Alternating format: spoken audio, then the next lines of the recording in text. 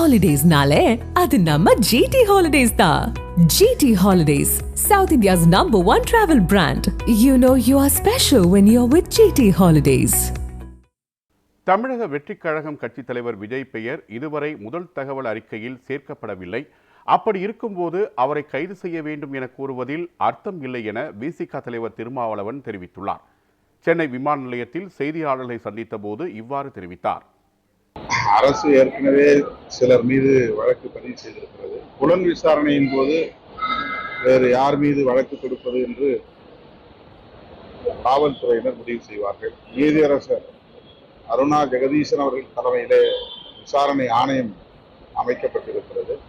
அந்த ஆணையத்தின் அறிக்கை வந்த பிறகு அரசு அது குறித்து முடிவு செய்யும் நான் நம்புகிறேன். திமுக ஆட்சியில் இருப்பதனால் திட்டமிட்டே திமுக அரசுக்கு எதிரான வெறுப்பை சிலர் பரப்பி வருகிறார்கள். பாரதிய ஜனதா கட்சி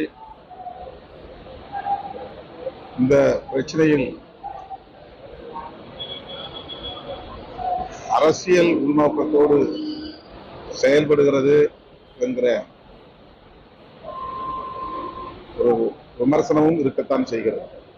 விசாரணை தொடங்குவதற்கு முன்பே, என்ன நடந்தது என்று தெரிவதற்கு முன்பே அண்ணாமலை போன்றவர்கள் அரசியல் உள்நோக்கத்தோடு கருத்து தெரிவித்தார்கள் என்பதால் அந்த விமர்சனம் இருக்கு. அரசு உடனடியாக இதில் தலையீடு செய்து பாதிக்கப்பட்டவர்களுக்கான நிவாரணப் பணிகளையும் மேற்கொண்டிருக்கிறது. வழக்கும் பதிவு செய்து புலன் விசாரணையை தொடங்கி இருக்கிறது. விசாரணை ஆணையமும் அமைத்து அதன் அடிப்படையிலான விசாரணையும் நடைபெற்றுக் கொண்டிருக்கிறது.